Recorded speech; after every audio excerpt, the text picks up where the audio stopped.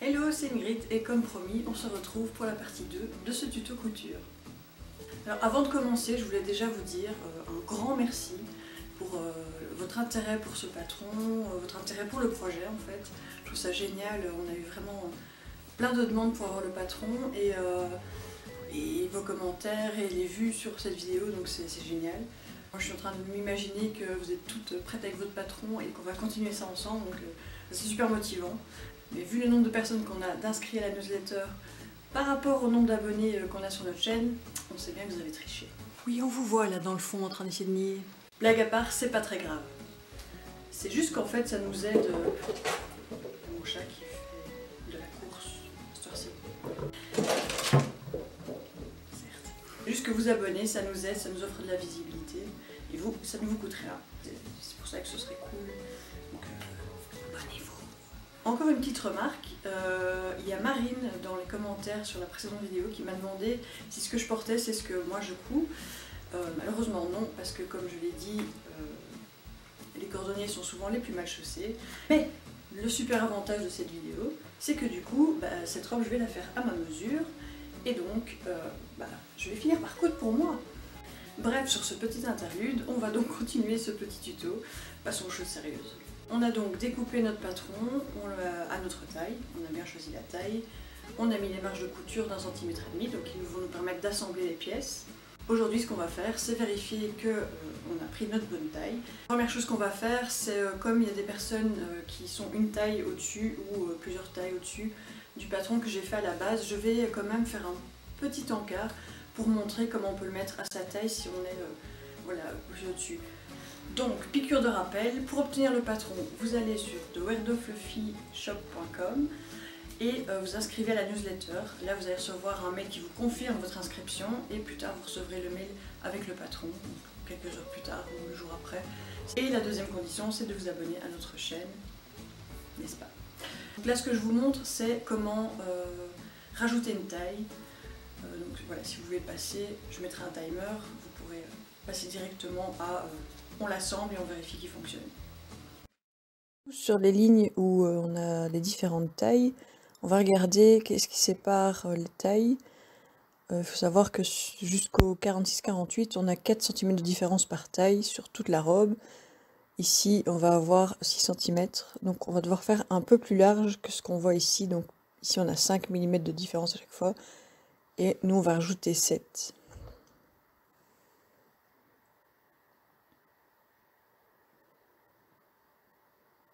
Donc je rajoute 7 tout le long.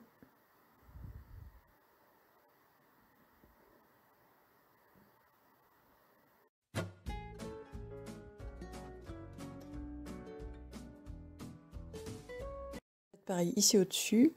Donc au début, on va voir qu'on a de nouveau 5 mm, donc on va faire 7. Par contre, après, ça rapetissit un petit peu, on n'a plus que 4 à 5 mm. Donc là, je vais faire simplement 5.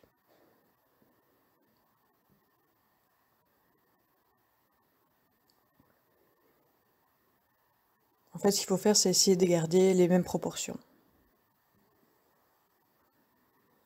On fait ces changements uniquement sur les lignes qui changent de taille, pas sur les autres côtés. Donc vraiment uniquement ces lignes-ci. Je trace vite en rouge pour que ce soit plus flagrant. Et puis je vais faire ma marge de couture, comme j'aurais fait normalement.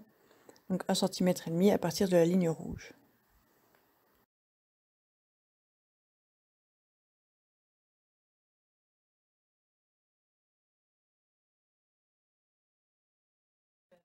Donc voilà la pièce prête à être découpée en taille 50. Ici pareil, on va voir la pièce donc avec les changements de taille. Je dois juste tracer celle-ci. Là c'est quasiment toujours la même chose, donc 5 mm. Je rajoute simplement 5 mm.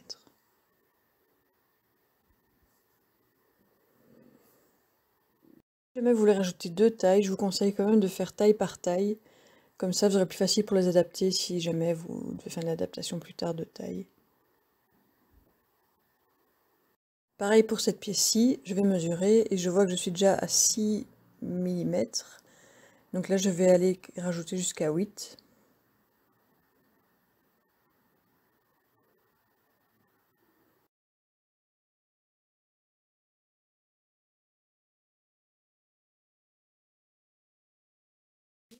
Et pareil ici, je vais rajouter, donc j'ai 1 cm, donc je vais faire 1,5 cm en plus.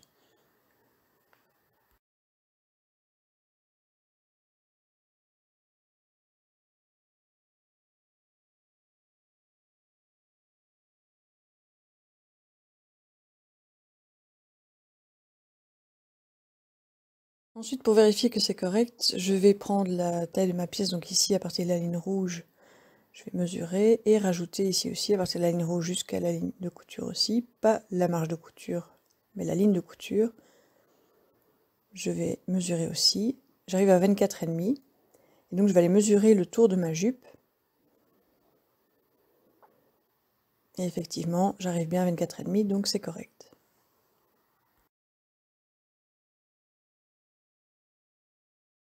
Ensuite, on va assembler les pièces du patron pour pouvoir le tester. Donc je mets une épingle ici, donc pièce 1 sur pièce 2, et je mets l'épingle bien sur la même ligne. Je mets une autre épingle à l'autre extrémité, parce qu'ici on va devoir répartir un petit peu, vu que c'est le côté qui est arrondi de la poitrine. Donc ça va être le truc un petit peu plus compliqué, surtout que le papier est un peu épais, donc il va falloir un peu chipoter, mais bon, ça peut être approximatif. Donc je vais essayer de répartir un petit peu correctement. Et je continue à épingler.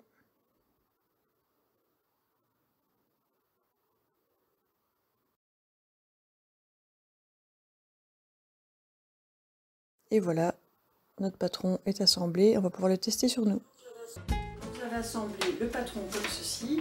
Vous allez simplement regarder sur vous. C'est vrai que le papier n'est pas super souple. Mais vous allez le positionner directement sur vous. Donc ici, on a bien la ligne au milieu. Ça. La ligne ici correspond aussi sur le côté. Je vais vous montrer sur le mannequin parce que ce sera plus facile que de me contorsionner. N'hésitez pas à demander de l'aide à votre entourage, vérifier à plusieurs parce que c'est pas évident non plus à faire sur soi-même, mais c'est pas infaisable. Donc ça c'est le milieu de votre pièce qui sera donc en miroir, on va le couper dans la pliure du tissu pour que ça fasse qu'une pièce qui n'ait pas de couture ici. Ensuite il faut que cette couture-ci soit sur la forme vraiment du sein, vraiment le rebondi, puisque c'est là que le sein va pouvoir aller se nicher. Ensuite on a la couture du côté donc, qui doit être en dessous de votre bras. Tout le tour, vous devez avoir encore ici les 1,5 cm qui vont vous permettre de mettre la fermeture éclair. Maintenant, ça pourrait qu'on se retrouve comme ça et qu'on voit bien qu'on n'a pas la marge nécessaire pour aller mettre la fermeture. Donc ce qu'on va faire, c'est on ne va pas rajouter ici 1 cm parce que ça va décaler cette couture-ci en fait. Si vous rajoutez 1 cm ici, la couture elle va partir par ici. Si celle-ci était décalée, même chose, on ne va pas rajouter ici parce que vous allez déplacer cette couture-là ici.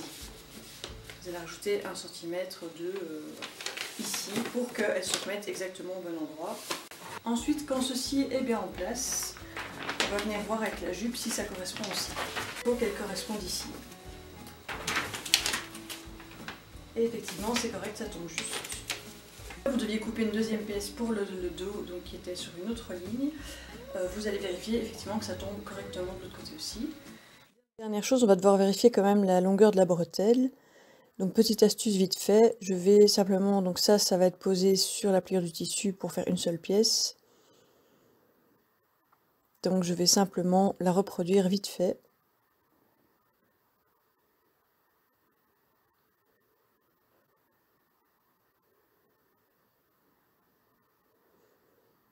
Ensuite je vais l'assembler, comme ça j'aurai la pièce comme si elle était double.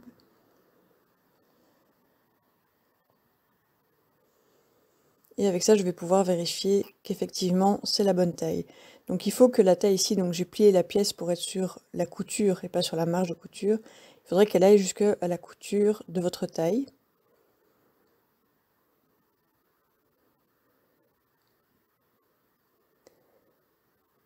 Et pareil de l'autre côté. Donc même chose, j'ai plié. Et elle doit arriver sur la couture. Moi ici j'ai un énorme surplus, on dirait que c'est vraiment énorme. Mais voilà, c'est juste parce que comme je travaille sur un mannequin qui n'a pas ma largeur d'épaule et qu'il n'y a pas la taille de ma poitrine, ça peut pas tomber vraiment juste. Par contre, quand je l'ai fait, je me suis rendu compte qu'effectivement j'avais un petit surplus, mais genre à peine ça. Donc ça, effectivement, c'était un surplus. Donc ce que j'ai fait, c'est... j'avais donc collé ici. J'arrivais sur la taille 46, du coup j'ai coupé sur la taille 46. En enlevant le surplus donc.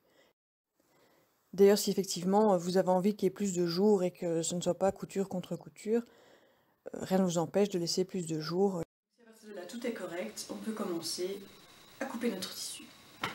Donc ici, on a vraiment du tissu de doublure, donc polyester, c'est tout fin, c'est limite transparent. Je sais pas si vous allez voir. Voilà. Donc ça, c'est vraiment typique ce qu'on met dans une veste ou une robe pour pas rajouter de matière et ne pas avoir des épaisseurs. Mais moi, j'ai envie qu'elle soit plus dense puisque ce sera un simple coton qui sera à l'extérieur. Donc je peux jouer avec la doublure. Ce que je vais prendre, c'est un simple coton polyester pour que ce soit plus rigide en fait. Puisque c'est une matière un petit peu plus rigide que la polyester. Donc on va travailler sur le tissu qui est plié en deux. Donc quand vous l'achetez, généralement le tissu il est plié sur un carton comme ceci. Donc il arrive plié en deux même si vous le commandez par internet. Et donc vous avez la pliure qui est déjà formée ici.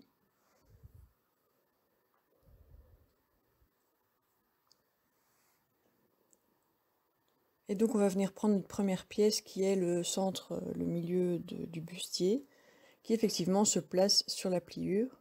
Donc il n'y a pas de réserve de couture, puisque la pièce va être double, avec effet miroir donc. Donc on va venir la placer et on va essayer d'économiser le tissu, donc on la place le plus près possible.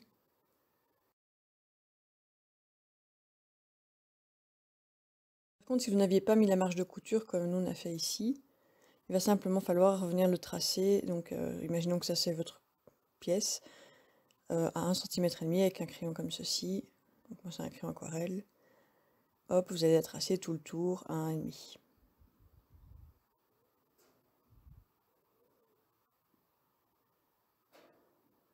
Et bon, nous ici ce n'est pas le cas, on a déjà notre marge de couture comprise, donc on peut directement couper autour de cette pièce-ci.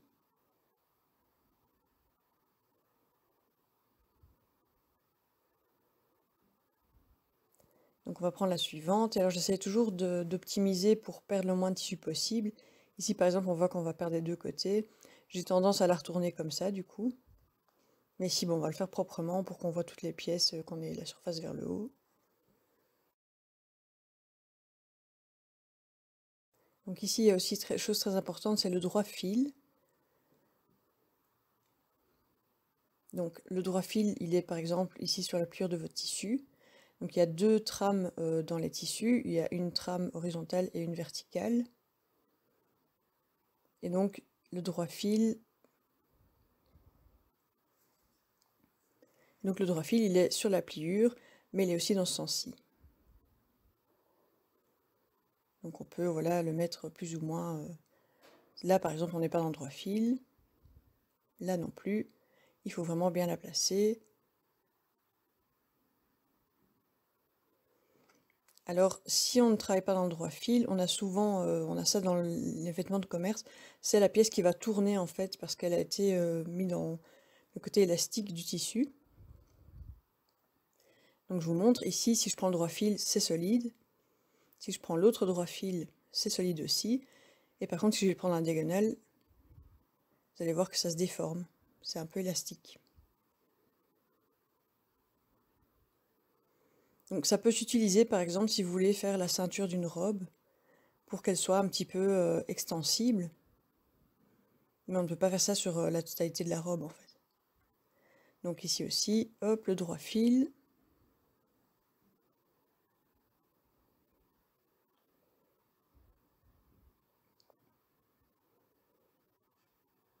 Et cette pièce-là, je vais essayer d'optimiser, donc je vais quand même la placer à l'envers.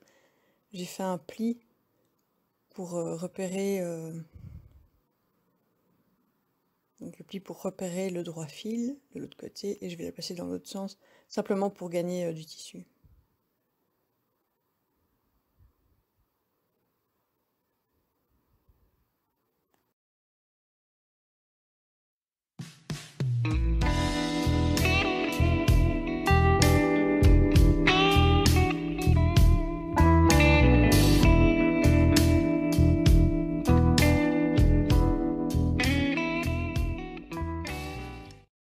Alors, il reste à placer la bretelle.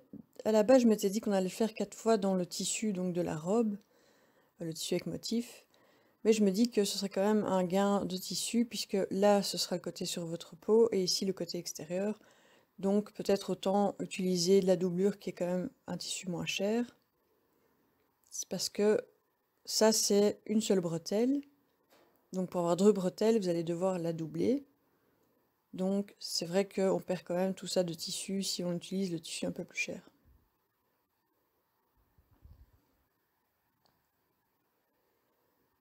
Et donc, si tout ça est bon, on peut couper. Et on a notre première pièce de patron.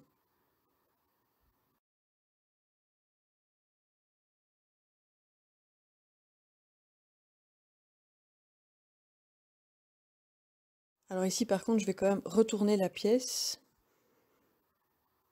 histoire de pouvoir voir toutes mes pièces d'un coup. Et donc voilà, on a tout ici. Donc celles-ci, elles sont quand même flagrantes, on reconnaît bien la forme. Donc pas vraiment besoin d'indication. Par contre, sur celle-ci, c'est plus compliqué. Si on enlève le papier, on n'a plus rien. Donc on va mettre des petites indications au crayon. Donc moi, je mets généralement rien sur les côtés, mais ici, je vais mettre que c'est le haut de la pièce avec un H. Et ici, je mets juste un trait parce que je sais que c'est ma fermeture éclair.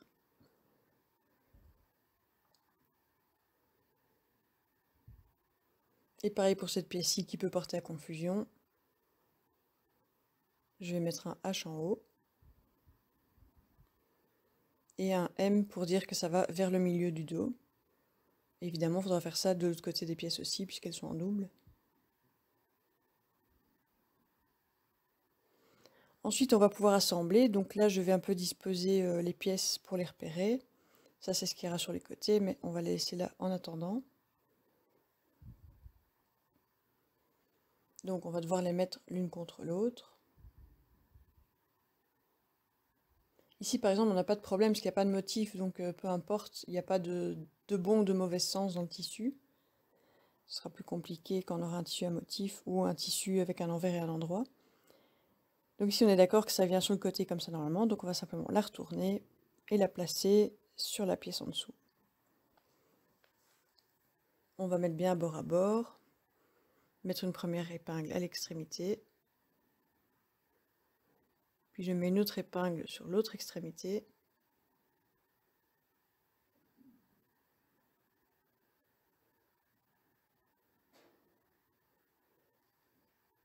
Ça, c'est la pièce un peu plus difficile dans votre patron, c'est la seule, parce qu'il y a cette courbe en fait pour l'endroit où il va y avoir la poitrine. Et donc c'est vrai qu'il va falloir un petit peu répartir puisque ça doit rentrer dans l'autre partie de tissu, c'est un peu plus compliqué. Mais bon, c'est pas énorme non plus. Donc je vais simplement épingler en essayant de répartir correctement pour pas avoir de petits plis. Alors on peut mettre ces épingles dans ce sens-ci aussi. Ça vous permet d'éviter que quand vous allez coudre, vous ne touchiez une épingle en fait avec votre aiguille que vous la cassiez.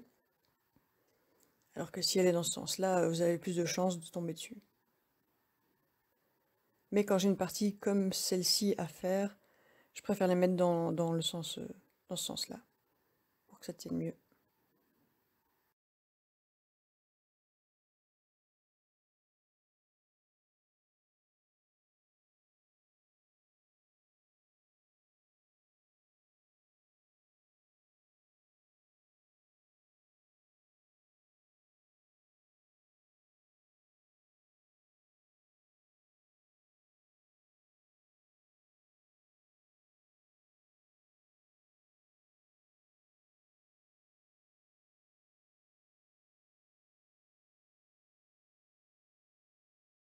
Donc ici, c'est vraiment la courbe qui est un petit peu plus difficile. C'est vraiment l'arrondi du sein. C'est ce qui va donner le volume de l'autre côté en fait. Donc voilà, ça c'est l'arrondi. Et ici, on voit effectivement que ça forme une espèce de poche dans laquelle va aller la poitrine.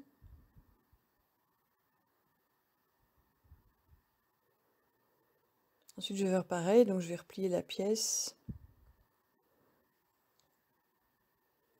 Je prends le deuxième côté, évidemment, il ne faut pas qu'on le mette à l'envers. Du coup, on reprend la pièce comme ça. Je refais le même truc pour être sûr. Je retourne la pièce dessus et je vais l'épingler, donc comme ceci.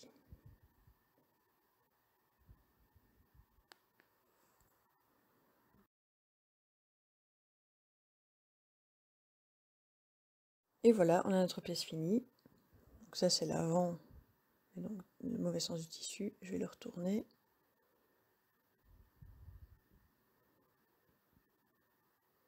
Et voilà, ça c'est notre avant.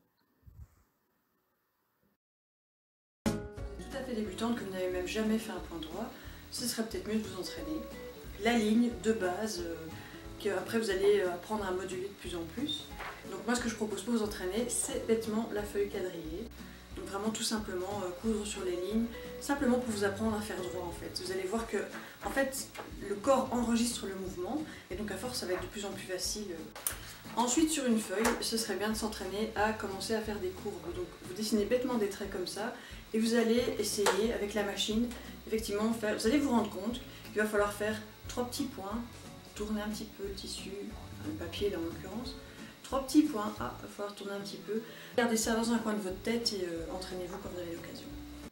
Donc ici, je vous montre vite fait comment vous entraîner. Vous allez poser le pied presseur, déjà descendre votre aiguille sur la ligne, le commencement de la ligne. Vous avez un petit repère normalement pour vous permettre de suivre la ligne devant l'aiguille. Et donc tout doucement, vous allez commencer à coudre en suivant bien droit la ligne.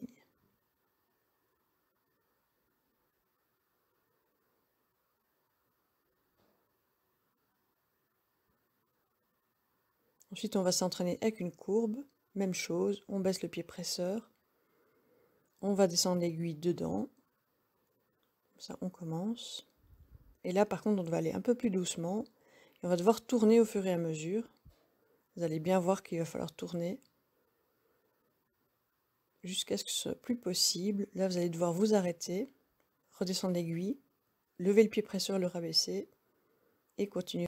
Donc voilà, on va s'arrêter là pour la partie 2 du tuto, sinon ça va devenir vraiment trop long. Et par contre, la semaine prochaine, on pourra s'attaquer à la couture. Qui va enfin faire qu'on a l'impression de faire vraiment une robe, parce que là on a vraiment chipoté. C'est vraiment très important de faire ces étapes correctement, s'assurer que les mesures sont bonnes, s'assurer qu'on a piqué correctement, mettre bien les épingles, c'est vraiment...